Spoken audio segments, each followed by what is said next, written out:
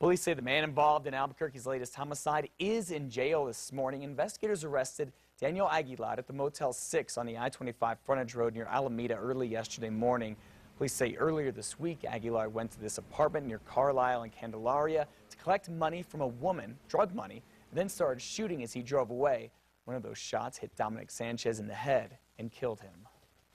Another man is charged with voluntary manslaughter this morning after police say he shot two men, killing one of them. State police say Roy Martinez told them he shot and killed Hector Martinez and shot Hector's father, Zacharias, in the leg. Detectives say that Roy Martinez told them that the two men were beating up his nephew when he shot them.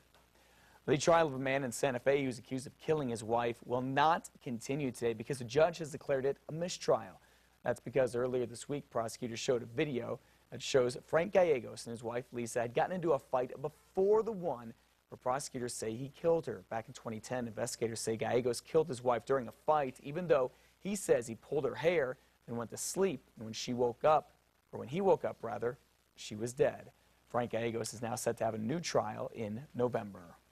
Later this morning, a woman convicted of hitting and killing another woman while being high on prescription pills is set to try to get her sentence reduced. Sharon Stryker is supposed to serve 1 year in community custody program and 5 years on probation. 2 years ago, Kathleen Bronis was stalled on an exit ramp on I-25 and Stryker hit and killed her. The man investigators say has been offering candy and cash to young boys in Roswell to lure them into his truck. He's now arrested. Police say Samuel Guerrero went up to the boys in a park in Roswell last week, but the kids ran right to their mother, who got the truck's license plate number. Police say that's what led them to Mr. Guerrero. It's very scary as a parent. You want your kids to be able to laugh and play and have fun at the park and not worry about these types of situations. Police say Guerrero first claimed he was just trying to scare the kids, but later admitted he was trying to get them into his truck. Guerrero is now charged with 2 counts of enticing a child.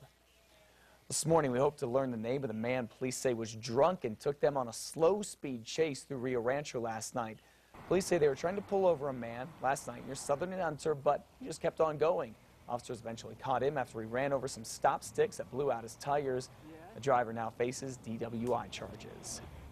Well, the hearing for an Albuquerque police officer who wants his job back after he was fired for repeatedly kicking a man he was trying to arrest is set to continue today. Yesterday, in the hearing, a former APD commander supported what John Doyle claims that he kept kicking Nicholas Bloom here because it was a technique to distract him.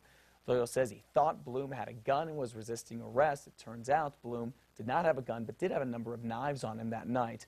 Here's what Doyle's attorney told us about this back in November. It could have been 36 kicks. It could have been one kick. He could have pulled his right hand out, got handcuffed, and it would have been over. And the hearing will most likely get done today, but Doyle probably won't find out if he'll get his job back for a while. And now we know the other officer involved in this case here, Robert Woollever, will also have a hearing soon to try to get his job back. A jail guard at the San Juan County Detention Center is in jail himself this morning after being accused of having child pornography. Darren Weeks was arrested yesterday afternoon after a 2-month-long investigation. He's being held on a $25,000 bond this morning. Anew this morning, man in Albuquerque arrested after renting out houses police say he does not own. Police say Stephen Bonner was breaking into foreclosed homes and renting them to people who didn't know what was going on. Bonner is now charged with 3 counts of burglary and fraud.